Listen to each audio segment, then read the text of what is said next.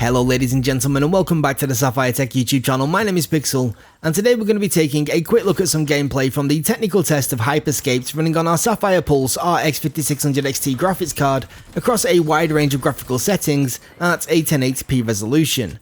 We actually did a video very similar to this the other day, except we used the SAPPHIRE NITRO Plus RX 5700 XT, again across a wide range of graphical settings, except that time around we used a 1440p resolution instead. I'll actually leave a link to that video down in the description and as a card somewhere on screen now, so if you're more interested in that graphics card, be sure to check out that video as well. Now, while these two videos are going to be very similar in many ways, there are a couple of significant differences which arise due to the resolution change. The most obvious of which comes down to the game's implementation of dynamic resolution and resolution reconstruction. You see, by default, all of the game's presets do actually involve some form of resolution reconstruction and dynamic resolution scaling, which means at a 1080p resolution, the drop down to 25% of that resolution is going to appear much more significant than it is going to do at 1440p, obviously because of the much lower pixel count. Thankfully, at a 120fps target, this was not an issue at the high preset or the very low preset.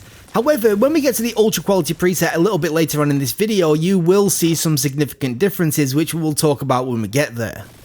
But first, let's take a look at the game running on the high preset. Now, the only change that we've made to these settings is that we've increased the frame rate target from 60fps to 120fps, which means that the dynamic resolution scaling is going to be much more aggressive to prevent us from falling below that 120fps target. Thankfully though, that doesn't seem to be much of an issue since we do seem to be holding an average somewhere between 130 and 160 FPS. And visually, the game looks rather nice. Now, as I did mention in the previous video, the input latency in HYPER SCAPE isn't the greatest thing ever, but I can at least say that above 120 FPS, I felt like anything that I missed due to my aim was literally due to my aim and not to the way that the game felt to control. To be honest, while it does appear that there are going to be a few other optimizations that we could put into these high settings in order to increase the frame rate while keeping the graphics looking almost identical, the reality is it's not that simple, and this is mainly due to CPU limitations. As you can hopefully see in the performance overlay, we're currently rocking around 70 to 90% CPU usage, and if we increase that frame rate any more, we're going to be looking at running into a CPU bottleneck, and CPU bottlenecks just don't feel that nice to control due to micro stutter. I'd actually go as far to say that 160 to 180 FPS is probably the most that you're going to be hoping for on the top end modern CPUs.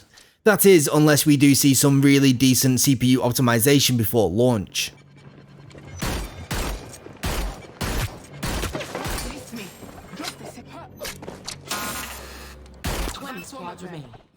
Right, moving on, let's take a look at some gameplay taken from the ultra high preset. Again, the only change that we've actually made to the settings is we have set the frame rate target to 120 instead of 60. The two things that you should be able to notice straight away is that the resolution is incredibly low compared to what it was on high and what it will be on the ultra low settings in a little while, and the other thing is that the performance has really took a massive hit. We're now averaging between 60 and 90 FPS.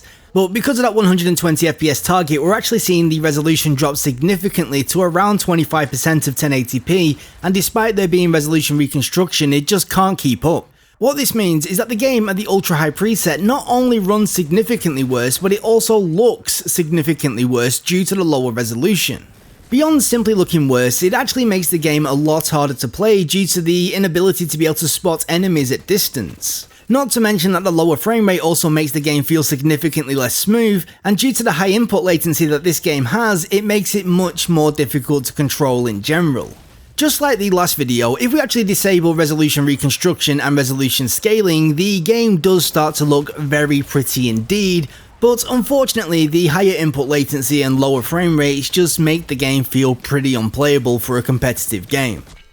Thankfully, and finally, if we take a look at the ultra low settings, with the only changes being that we've actually upped the texture quality to very high, and again we have changed the frame rate target to 120 instead of 60, we start to see just how much this game can perform under the right circumstances. We're averaging about 180 to 220 FPS. The input lag feels completely manageable. Actually, the game here now feels nice to play. And despite there being a little bit of micro stutter due to that CPU bottleneck that we are now right on the cusp of, I have no doubt that you could play this game competitively on this system with basically zero issues. Now, due to how this preset is configured, the resolution scaling is set to 25% up to 75%, which I honestly do believe you could switch out to 50% to 100% with very little performance impact while keeping the image nice and sharp. Because due to how this preset is configured, the game is pretty much always running at 75% resolution by standard, and we can get that up to 100% pretty easily. All in all, I have to say that my conclusions in this video are going to be pretty identical to what they were in the last one, and that is that this game has some pretty decent performance providing that you've got the right setup for it. Sure, it could definitely do with some better optimization, especially when we go up to the higher graphical presets, and generally the CPU usage does seem to be a little bit excessive, but overall you can get a decent experience while playing it on a decent setup. Again, I'm most likely going to cover this game in a lot more detail when it comes to its public release, so do make sure that you keep an eye out for that. In fact, if you're new around here, how about slapping that subscribe button and dinging that bell to get notified of our future uploads? If you like this video, then you can like this video, and if you disliked it, there's a button for that too. And all we ask is that you please let us know why you disliked it in the comment section down below so that we can try and improve in future.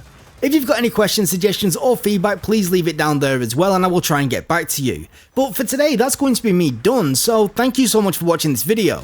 I will be back in the next couple of days with a few more videos, so be sure to stick around and I'll hopefully see you again soon. So until next time, I'll see you later guys, bye bye.